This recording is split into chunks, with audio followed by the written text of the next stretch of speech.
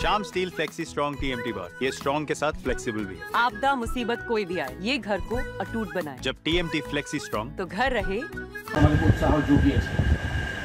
আজকে পাবলিক যারা টাকা দিয়ে প্যাসেঞ্জার যারা যাতায়াত করছেন তারা কিন্তু আমরা জানি যাত্রীরা জানতে পারতেন না কি ওনার বাস কখন আসছে, রাস্তায় দাঁড়িয়ে যাচ্ছেন, হঠাৎ করে বাস চলে আসছে, কিছু দুর্ঘটনা ঘটে যাচ্ছে।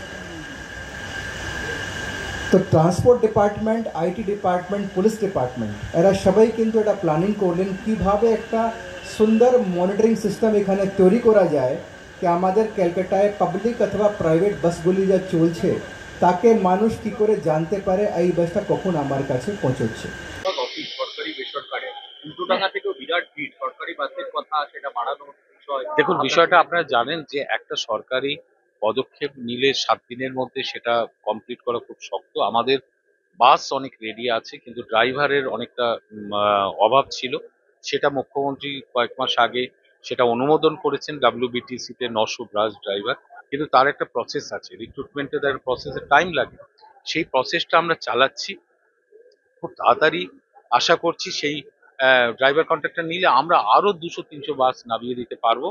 আমরা কোন কোন জায়গায় বাস আরো দিতে হবে সেটা আমরা তালিকা রাখছি, আমরা সেটা তাড়াতাড়ি সেই বাসের সংখ্যাটাও বাড়াতে পারবো। Thank you.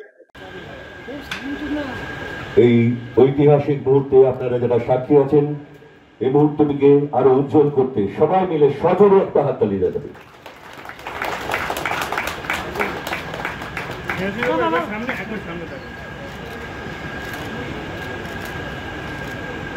একটি ঐতিহাসিক মুহূর্তের সাক্ষী আমরা আজ 10ই মের মধ্যাহ্নে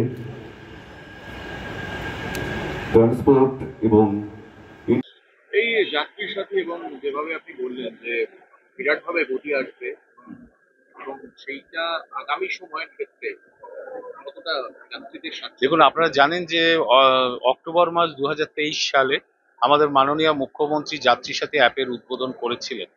আমরা এই অ্যাপটা তৈরি করেছিলাম এই কারণে, আমাদের আইটি ডিপার্টমেন্ট তৈরি করে দিয়েছিল এই কারণে যে এখানে কমিশনের ব্যাপার তো সরকারের নেই, তাই সরকার একটা মিনিমাম সার্ভিস চার্জ এখানে রেখে পুরোটাই এই যাত্রী সাথী অ্যাপের মাধ্যমে যে সমস্ত প্যাসেঞ্জাররা গাড়ি চাপতো তাদের গাড়ির ভাড়াটাও একটু কম হয়েছে। অন্তত 20-30% ভাড়া তারা কম ভাড়ায় তার গন্তব্যে পৌঁছতে পারছে। সঙ্গে সঙ্গে যারা যাত্রী সাথী অ্যাপের সাথে যে গাড়িগুলো যুক্ত আছে তারাও একটু বাড়তি ইনকাম করতে পারছে। সেই যাত্রী সাথী অ্যাপ আজকে খুব জনপ্রিয় হয়েছে। এখানে প্রায় 1 লক্ষ গাড়ি যুক্ত হয়ে গেছে যাত্রী সাথী অ্যাপের সাথে, এবং 36 লক্ষ মানুষ এই অ্যাপটার সাথে যুক্ত আছে। এবার সেই যাত্রী সাথী অ্যাপের মাধ্যমে আজকে যেটা আমরা করলাম সেটা হচ্ছে হোয়ার ইজ মাই বাস, এই একটা ব্যবস্থাপনা এখান থেকে চালু করা হচ্ছে, যেটির মাধ্যমে একজন যাত্রী তার বাস স্টপে দাঁড়িয়ে তার ফোনের মাধ্যমে, অ্যাপের মাধ্যমে জানতে পেরে যাবে যে তার আকাঙ্ক্ষিত বাসটি কত দূরে আছে এবং কত মিনিটে ওই স্টপে এসে পৌঁছচ্ছে। অর্থাৎ বাসের রিয়েল টাইম অবস্থানটা সে কিন্তু অ্যাপের মাধ্যমে জানতে পেরে যাচ্ছে। 1, 2 নম্বর হচ্ছে সে এই অ্যাপের মাধ্যমে তার টিকিটটা কাটতে পারবে, টিকিটটাও অনলাইন সিস্টেমে সে কাটতে পারবে। তৃতীয় হচ্ছে আমরা যেটা করছি সেটা হচ্ছে যে কলকাতায় সহ সারা বাংলাতেই হবে পরবর্তীকালে যে অ্যাক্সিডেন্ট হয় বেপরোয়া বাস চালানোর জন্য, আমরা এই অ্যাপের মাধ্যমে একটি কন্ট্রোল রুম তৈরি করব এবং সেই কন্ট্রোল রুমের মাধ্যমে আমরা এই কন্ট্রোল রুম থেকে এই অ্যাপের মাধ্যমে আমরা প্রতিটি বাসকে কিন্তু আমরা ট্র্যাক করতে পারবো, অর্থাৎ ড্রাইভারকে ট্র্যাক করতে পারবো এবং ড্রাইভার কি গতিতে চালাচ্ছে, সে ওভার স্পিডিং করছে কিনা, সে রুট ডাইভারশন করছে কিনা সেটা আমরা ওখান থেকে জানতে পারবো এবং সেই অনুযায়ী আমরা কন্ট্রাক্টরকে সতর্কীকরণ করতে পারবো এবং শেষ পর্যন্ত তারা এটা না শুনলে ড্রাইভারের শাস্তিমূলক ব্যবস্থা তো থাকবেই, সেগুলো তো আছে। অর্থাৎ বাসের দ্রুত গতিতে বাস চালানো, ওভার স্পিডিং করা, বেপরোয়া বাস চালানো, এগুলো এটার মাধ্যমে নিয়ন্ত্রণ হয়ে যাবে। এবং আমরা আজকে 16টি রুটে 60টি বাসকে যুক্ত করেছি, সরকারি বাস। 3-4 মাসের মধ্যে কলকাতার সমস্ত সরকারি বাস এর সাথে যুক্ত হয়ে যাবে এবং 3-4 মাসের মধ্যেই আপনারা দেখবেন বেসরকারি বাস, মানে কলকাতায় প্রায় 5000-এর মতো সরকারি বেসরকারি বাস আছে, সেগুলোকে আমরা এই অ্যাপের সাথে যুক্ত করে নেব এবং এতে যাত্রী সাধারণ তার যে বাস পরিষেবাটা সেটা অনেকটা তার কাছে সহজলভ্য হবে এবং অনেকটা নিরাপত্তাযুক্ত হবে। অর্থাৎ নিরাপত্তার যে হীনতা, যে বাস দ্রুত গতিতে চালালে অ্যাক্সিডেন্ট হবে কিনা, আমরা সবটাই এটা কন্ট্রোল করব। ভারতবর্ষের মধ্যে একমাত্র শহর কলকাতায় এই সিস্টেম আমরা চালু করছি, যেখানে zero commission ride hailing platform, এত বড় প্ল্যাটফর্ম অনলাইন সিস্টেমের মাধ্যমে বাস পরিষেবাকে কন্ট্রোল করা এবং যাত্রীদের তার বাসের অবস্থানটা জানানোর যে সুযোগ, এটা কিন্তু কলকাতা ছাড়া ভারতবর্ষের কোথাও নেই। সেটা আমরা চালু করছি, এটা আমাদের গর্বের বিষয়, কারণ আমাদের মাথার উপরে মাননীয় মুখ্যমন্ত্রী রয়েছেন, তিনি অত্যন্ত ইনোভেটিভ, তিনি নতুন নতুন জিনিস বাংলার জন্য করেছেন। তেমনি পরিবহনের ক্ষেত্রেও কলকাতা শহরের অনেকটা স্মার্ট এবং এফিসিয়েন্ট হয়ে উঠছে। স্নেহাশিস দা, আপনিও বললেন, দুর্ঘটনার কথা বললেন, এবং ট্রান্সপোর্ট ডিপার্টমেন্ট বলুন, পুলিশ প্রশাসন করছে, কিন্তু তার সত্ত্বেও আমরা দেখছি বিরাটভাবে কিন্তু অ্যাক্সিডেন্টের একটা প্রবণতা হচ্ছে, বাড়ছে। 1-1.5 মাসের যদি আমরা আপনি যে খুব ভুল বলেছেন তার নয়, কিন্তু অ্যাক্সিডেন্ট আপনি খেয়াল করে দেখবেন 16 সালে সেভ ড্রাইভ সেভ লাইফ মুখ্যমন্ত্রী নিয়ে এলেন, তারপর থেকে পশ্চিমবঙ্গের অ্যাক্সিডেন্টের সংখ্যা কমেছে। বার্ষিক অ্যাক্সিডেন্ট তার আগে ছিল 17,000-এর উপরে, সেটা এখন 13,000-এর মতো নেমেছে। এবং কলকাতা মৃত্যুর সংখ্যাও 7,000-এর উপরে ছিল, সেটা 6,000-এর নিচে নেমেছে, কমেছে। কিন্তু তার মানে তো এই নয় যে আমাদের একটা অ্যাক্সিডেন্ট, একটা মৃত্যু আমাদের কাছে বেদনাদায়ক হয়ে দাঁড়ায়। আমরা প্রতিনিয়ত চেষ্টা করছি যে সেভ ড্রাইভ সেভ লাইফের মাধ্যমে একদিকে সচেতনতা বাড়ানো, আর একদিকে হচ্ছে কিভাবে বিভিন্ন ধরনের প্রযুক্তির ব্যবহার করা যায়, যেটা দিয়ে আমাদের অ্যাক্সিডেন্ট কমানো যায়। এবং কলকাতা মেট্রোপলিটন সিটির মধ্যে একমাত্র শহর, প্রথম শহর যেখানে অ্যাক্সিডেন্ট এবং মৃত্যুর সংখ্যা সব থেকে কম। কিন্তু আমাদের এতেই সন্তুষ্ট নই আমরা অ্যাক্সিডেন্ট আরো কমাতে চাই। কোনো কোনো মাসে হয়তো বেড়ে যাচ্ছে, আমরা খেয়াল করছি। 1-1.5 মাসে হ্যাঁ, অনেকটা বেড়েছে। আমরা এখন বিষয়টা হচ্ছে যে মানুষকেও সহযোগিতা করতে হবে। অর্থাৎ সরকার কোনো আইন তৈরি করলো, কোনো নিয়ম বা রুলস জারি করলো, সাধারণ মানুষ যদি সেটাকে তোয়াক্কা না করে, তাহলে কিন্তু সমাজে খুব একটা উপকার পাওয়া যায় না। ফলে সাধারণ মানুষকেও অনেকটা নিয়ম কানুন মেনে চলতে হবে। আপনারা জানেন যে পশ্চিমবঙ্গ প্রথম স্পিড ম্যানেজমেন্ট পলিসি আমরা এনেছি, এবং চিফ সেক্রেটারি কয়েক মাস আগে নোটিফিকেশন জারি করেছেন কোন রাস্তায় কত স্পিডে, ম্যাক্সিমাম কত স্পিডে কোন গাড়ি চলতে পারবে। অর্থাৎ স্পিড যদি কন্ট্রোলের মধ্যে থাকে, তাহলে অ্যাক্সিডেন্টের সংখ্যা কমবে, অ্যাক্সিডেন্ট এড়ানো যাবে এবং ক্ষয়ক্ষতি কম হবে। তো কিন্তু সেটা সমস্ত মানুষের কাছে এখনো পৌঁছয়নি, আশা করি আমরা সেটা পৌঁছানোর চেষ্টা করছি, এবং মানুষের সেটা মেনে চলা। আমি এখনো দেখি যে বাইক নিয়ে দ্রুত গতিতে, মানে ভয়ানক স্পিডে ইয়াং ছেলেরা চলছে, তাদের কাছে এটা একটা জয় রাইড হতে পারে, কিন্তু সেই ছেলেটির কিন্তু এই চেতনা তখন কাজ করছে না যে এটার জন্য যদি আমার মৃত্যু ঘটে, আমার পরিবার ভেসে যাবে, আমার জীবনটা শেষ হয়ে যাবে। এই যে সচেতনতা গড়ে তোলার কাজটা যেমন আমরা করছি, তেমনি সমস্ত সংবাদ মাধ্যম, মিডিয়া আপনাদের দিক থেকেও একটা চেষ্টা করবেন মানুষের মধ্যে এটা ছড়ানো, যে নিয়ন্ত্রণের মধ্যে আমরা গাড়ি চালাই, তাতে কিন্তু অ্যাক্সিডেন্ট অনেকটা কমবে। আর সেক্টর জয়েন্ট এমডি এনারা যেমন রয়েছেন, পিসি ট্রাফিক রয়েছেন, এবং এখানে উপস্থিত আছেন বেসরকারি বাস অ্যাসোসিয়েশনের যারা নেতৃত্ব তারা আছেন, সাবারবান বাস মিনি বাস অ্যাসোসিয়েশনের সেক্রেটারি টিটু সাহা, আমি দেখতে পাচ্ছি টিটুদা রয়েছেন, আরও অনেকেই রয়েছেন।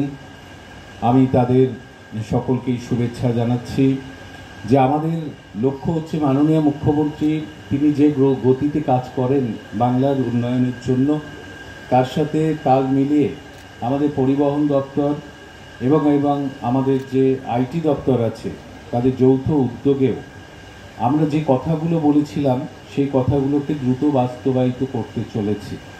আমাদের লক্ষ্য হচ্ছে স্মার্ট এবং এফিশিয়েন্ট ট্রান্সপোর্ট সার্ভিস বাংলার মানুষকে উপহার দেওয়া। তার মধ্যে একটা বড় বিষয়টা হচ্ছে বাস সার্ভিস। এবং আপনারা জানেন যে কলকাতায় যেমন বাস চলে, তেমনি অজস্র ছোট গাড়ি ক্যাব আকারে কলকাতার বুকে চলছে। সেই সংখ্যাটা অনেক, 60-70 লক্ষ গাড়ি, বিভিন্ন বেসরকারি ক্যাব, তারা যে সংস্থা আছে তারা সেগুলোকে অপারেট করে। ডব্লিউবিটিসি, আমাদের পরিবহন দপ্তর, তারপরে পুলিশ, যারা যারা বাস অপারেটর আছেন, যারা যারা সংশ্লিষ্ট স্টেক হোল্ডার আছে, তারা কিন্তু তাদের সঙ্গে আমরা ধাপে ধাপে অনেকবার মিটিং করেছি।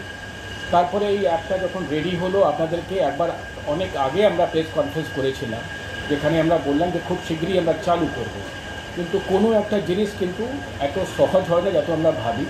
তো অনেক জটিলতা আমাদেরকে মুখোমুখি করতে হয়েছে, সম্মুখীন হতে হয়েছে, যেখানে আমরা অনেকগুলো যেগুলো একটা টিডিং ট্রাভেল ছিল, এই সবগুলোকে কিন্তু পার করে আজকে আমরা এই জায়গায় আছি যেখানে আমরা আজকে এই ওয়্যার ইজ মাই বাস তার উদ্বোধন আমরা, ওটাও কিন্তু পাইলট ছেলেবেলা থেকে করে আসছি। আপনারা জানেন যে গত বছর একটা মিটিং হয়েছিল, ওই মিটিংয়ে যেখানে আমাদের মাননীয় মন্ত্রী ছিলেন, আমরা অনেকেই ছিলাম, মাননীয় মেয়র সাহেব ছিলেন, মাননীয় আমাদের বিধাননগরের মেয়র সাহেব ছিলেন। আমরা দেখতে পাচ্ছি যেমন গুগল ম্যাপে হোক বা আমাদের আমি যে অ্যাপের নামটা নিলাম, দুটো অপশন আমাদের সাথে আছে। আমরা ইয়া তো বাস রুট হিসাবে বাস রুটকে চিহ্নিত করতে পারি এই মেনু থেকে, বা আমরা আমাদের যে ডেস্টিনেশন স্টপ আছে সেটাকে সিলেক্ট করতে পারি। আমি মধ্যমগ্রামে এক্সাম্পল দিলাম।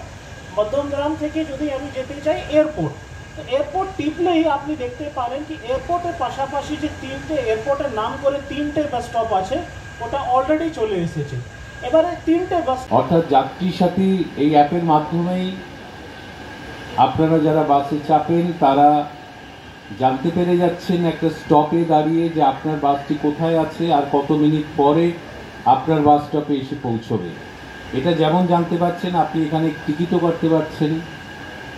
সঙ্গে সঙ্গে এই যে অনলাইন পদ্ধতির মাধ্যমে টিকিট কাটা, এটা আমরা যেমন বাসে চালু করে দিচ্ছি, আগামী দিনে আমরা ফেরি সহ অন্যান্য বাহন যেগুলো আছে আমরা সেগুলোকেও যুক্ত করে নেব।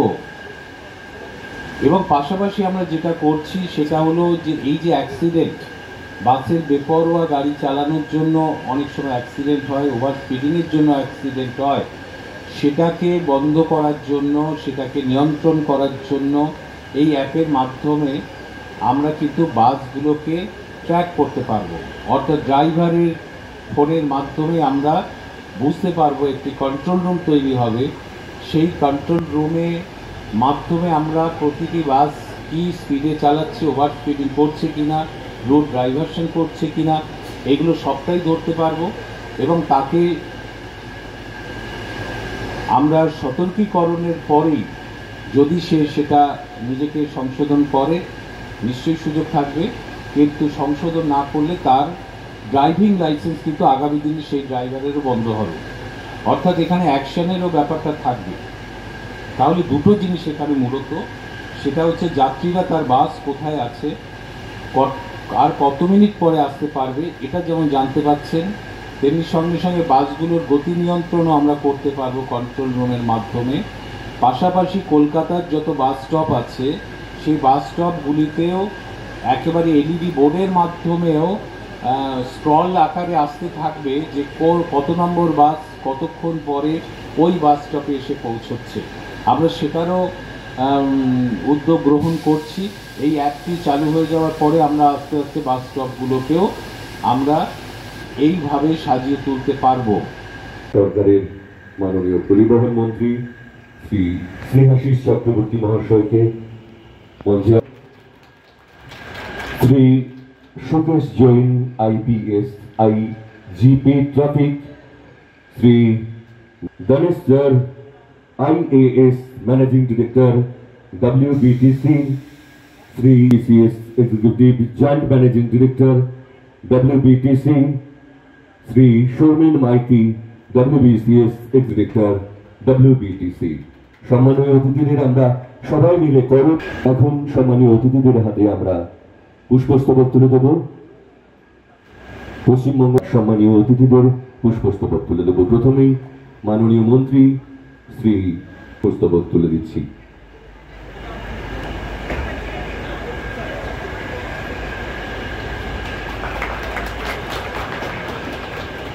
Doctor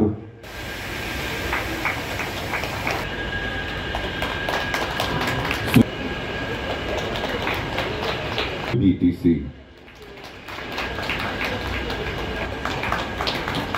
Shri WBTC।